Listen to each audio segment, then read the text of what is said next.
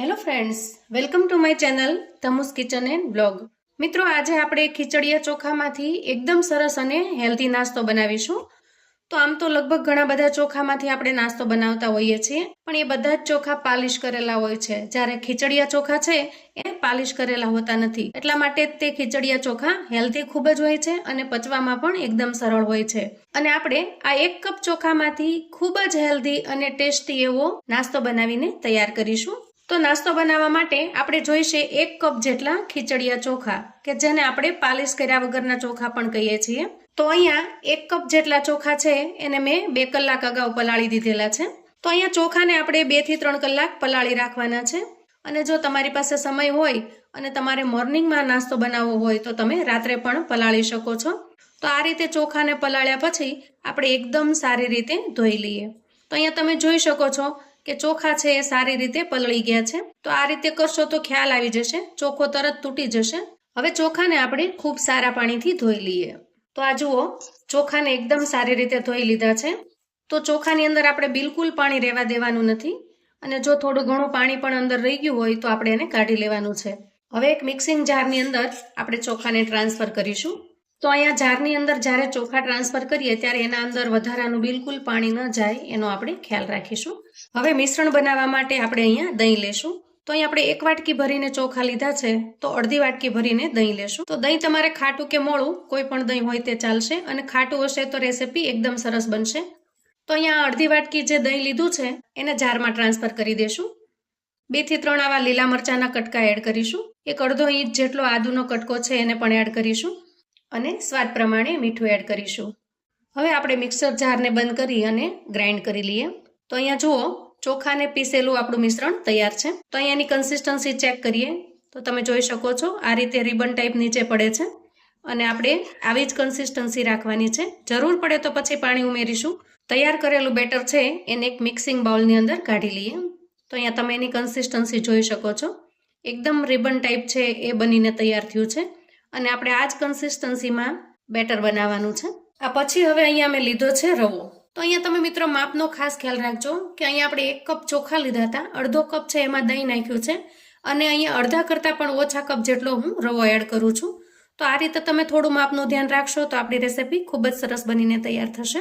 હવે આ રવો છે અને બેટરની અંદર આપણે મિક્સ કરી દઈએ. તો અહીંયા તમે જુઓ, એકદમ ઘાટું મિશ્રણ તૈયાર થઈ ગયું છે. હવે આ મિશ્રણને આપણે 10 મિનિટ માટે ઢાંકીને મૂકી રાખીશું, જેથી કરીને અંદર આપણે ઉમેરેલો રવો છે એ સારી રીતે ફૂલી જાય. તો 10 મિનિટ માટે જ્યાં સુધી બેટર રેસ્ટ લે છે ત્યાં સુધીમાં આપણે સરસ મજાની ચટણી બનાવી લઈએ. તો ચટણી બનાવવા માટે અહીંયા મેં થોડા શિંગદાણા લીધા છે, અને અહીંયા નાની વાટકી જેટલું મેં ટોપરાનું ખમણ લીધું છે. તો અહીંયા તમારી પાસે લીલું નાળિયેર ન હોય તો તમે ટોપરાનું ખમણ પણ વાપરી શકો છો. એનાથી પણ એકદમ ટોપરાની ચટણી બનતી હોય એવી સરસ બનીને તૈયાર થશે. ઝીણા આમથા 2 મરચાના કટકા લીધા છે, અને એના અંદરના બી મેં કાઢી લીધા છે, જેથી ચટણી છે એકદમ તીખી ન બને. તમને જો વધારે તીખી ફાવતી હોય તો તમે બી સાથે પણ ઉમેરી શકો છો. અડધા ઇંચ જેટલો આદુનો કટકો લીધો છે એને ઉમેરી દઈએ, અને અહીંયા થોડી કોથમીર લીધી છે એને આપણે ઉમેરી દઈએ. હવે અહીંયા સ્વાદ પ્રમાણે મીઠું એડ કરીશું, અને ખટાશ માટે અહીંયા હું 2 ચમચી જેટલું દહીં ઉમેરું છું. તો અહીંયા તમે ખટાશ માટે લીંબુનો રસ પણ ઉમેરી શકો છો, તો તમારે અડધા લીંબુનો રસ ઉમેરવાનો થશે. આમચૂર પાવડર પણ ઉમેરી શકો છો, તો તમે 1 ચમચી જેટલો આમચૂર પાવડર ઉમેરી શકો છો. થોડો અમથો આંબલીનો કટકો પણ ઉમેરી શકો છો, અને દહીં પણ ઉમેરી શકો છો. આ બધી જ વસ્તુથી તમે ચટણીની અંદર સરસ મજાની ખટાશ લાવી શકો છો. અને હવે આપણે આ સરસ મજાની ચટણીને પીસી લઈએ. તો અહીંયા જુઓ, આપણી એકદમ ટેસ્ટી ચટણી તૈયાર છે. તો અહીંયા ચટણી પીસવામાં મારે 4 થી 5 ચમચી જેટલું પાણી ઉમેરવું પડ્યું છે, કેમ કે વચ્ચે ચટણી સાવ સૂકી લાગતી હતી. તો જ્યારે તમે પીસો ત્યારે થોડું પાણીની જરૂર પડે તો ઉમેરી દેવાનું થશે. તૈયાર થયેલી ચટણીને હું એક બાઉલની અંદર કાઢી લઉં છું. તો આ જુઓ, ચટણી એકદમ મસ્ત તૈયાર થઈ ગઈ છે. હવે આપણે ચટણીનો વઘાર તૈયાર કરીશું, પણ પહેલા આપણે જે બેટરને રેસ્ટ થવા મૂક્યું છે એ બેટરને ચેક કરી લઈએ. તો અહીંયા તમે જુઓ, આપણે રવો નાખ્યો હતો એટલે બેટર છે એકદમ જાડું થઈ ગયું છે અને થીજી ગયું છે. તો અહીંયા થોડું પાણી ઉમેરી અને આપણે આ કન્સિસ્ટન્સીને બેલેન્સ કરવી પડશે, એટલે હું થોડું પાણી એડ કરું છું. તો અહીંયા પા વાટકા જેટલું પાણી હું ઉમેરું છું, બહુ ઝાઝું નહીં ઉમેરીએ, કેમ કે જો બેટર ઢીલું થઈ જશે તો આપણે એમાં ફરીથી રવો ઉમેરવો પડશે. થોડું પાણી ઉમેરી અને મેં બેટરને પાછું એક્ઝેક્ટ કન્સિસ્ટન્સીમાં લાવી દીધું છે. તો આપણે આ રીતનું જ બેટર બનાવીને તૈયાર કરવાનું છે. તો હવે જઈએ ગેસ તરફ અને ચટણીનો વઘાર તૈયાર કરી લઈએ. તો અહીંયા જુઓ, એક વઘારિયાની અંદર મેં 2 ચમચી જેટલું તેલ ગરમ કરી લીધું છે અને એમાં આપણે નાખીશું 1 ચમચી જેટલી રાઈ, અડધી ચમચી જેટલું જીરું, 1 ચમચી જેટલી અડદની દાળ અને થોડા મીઠા લીમડાના પાન. હવે આપણે આમાંથી 2 ચમચી જેટલો વઘાર છે એ આપણા બેટરની અંદર નાખીશું. અને હવે જે વઘાર વધ્યો છે એમાં થોડા અમથા લાલ મરચાના કટકા એડ કરીશું અને એને આપણે ચટણીમાં એડ કરી દઈશું. તો અહીંયા જુઓ, એકદમ ટેસ્ટી અને યમી એવી આપણી ચટણી બનીને તૈયાર થઈ ગઈ છે. હવે આપણે ચટણીને સાઈડ પર મૂકી દઈએ અને બેટરની અંદર આ વઘાર છે એને મિક્સ કરી લઈએ. તો એકદમ સરસ મિક્સ થઈ ગયું છે. હવે આપણે થોડી આગળની તૈયારી કરી લઈએ. તો અહીંયા મેં આવી પોળી કડાઈ જેવું વાસણ લીધું છે અને એના અંદર એક કાંઠો મૂકી દીધો છે. તો કાંઠો મોટો લીધો છે થોડો, અને 2 ગ્લાસ જેટલું પાણી છે હું આમાં એડ કરી દઉં છું. હવે એના પર બરાબર વચ્ચે સરસ રીતે રહી જાય એવી મેં એક થાળી લીધી છે અને એ થાળીને આપણે તેલથી ગ્રીસ કરી લેશું. તો અહીંયા કિનારી સહિત બધી જ જગ્યાએ હું સારી રીતે ગ્રીસ કરી લઉં છું. હવે આપણે આ વાસણને ગેસ પર મૂકીશું. તો કડાઈને આપણે ગેસ પર મૂકી છે. તો કડાઈનું પાણી હવે સરસ મજાનું ગરમ થઈ જશે અને ત્યાં સુધીમાં આપણે બેટરને રેડી કરી લઈએ.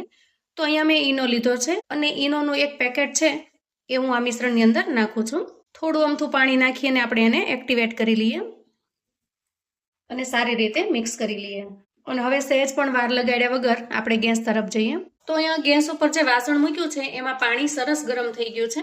તો આપણું બેટર છે એ આપણે થાળીની અંદર નાખી દઈએ.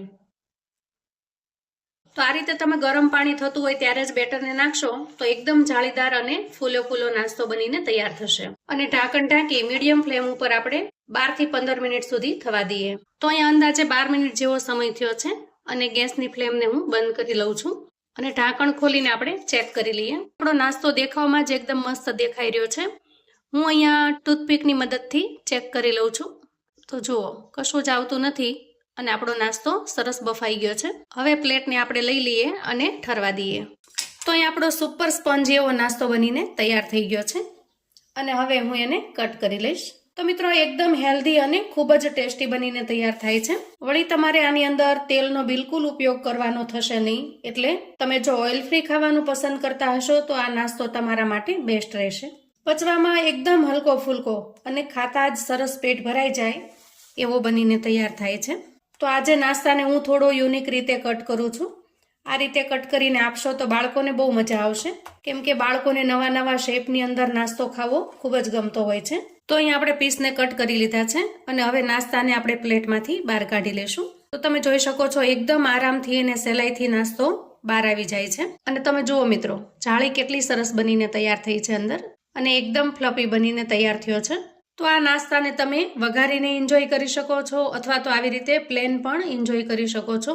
એકદમ ટેસ્ટી બનીને તૈયાર થાય છે, કેમ કે આપણે ઓલરેડી એના અંદર વઘાર નાખેલો છે એટલે વધારે ટેસ્ટની એમાં જરૂર પણ નહીં પડે.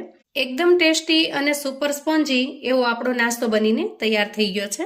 જો તમે ડાયટિંગ પર છો અથવા તો ઓઇલ ફ્રી ખાવાનું પસંદ કરો છો તો આ નાસ્તો તમારા માટે એકદમ બેસ્ટ બની રહેશે. તો આ નાસ્તાનો ટેસ્ટ તમને ઢોકળા કે ઇડલી જેવો નહીં પણ એકદમ અલગ આવે છે. આ નાસ્તાને તમે એમનેમ પણ એન્જોય કરી શકો છો, ચાની સાથે અથવા તો ચટણીની સાથે પણ એન્જોય કરી શકો છો અને આવી રીતે ચટણી બનાવીને પણ એન્જોય કરી શકો છો. અને આ નાસ્તાની સાથે આ ટોપરાની ચટણી એકદમ લાજવાબ લાગે છે.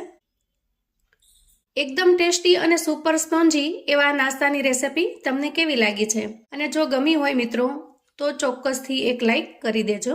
તો મિત્રો, આવું અવનવું જાણવા માટે ચેનલ પર જો તમે નવા છો તો ચેનલને સબસ્ક્રાઈબ કરો. વિડીયો ગમે તો લાઈક અને શેર કરો. તમારા સગા સંબંધી મિત્રોને પણ આપણો આજનો આ વિડીયો ચોક્કસથી મોકલી આપજો, જેથી એ લોકો પણ આવો સરસ મજાનો નાસ્તો બનાવી શકે અને પરિવારને પીરસી શકે. તો ફરી મળીએ એક નવી રેસિપી સાથે. ત્યાં સુધી આવજો મિત્રો.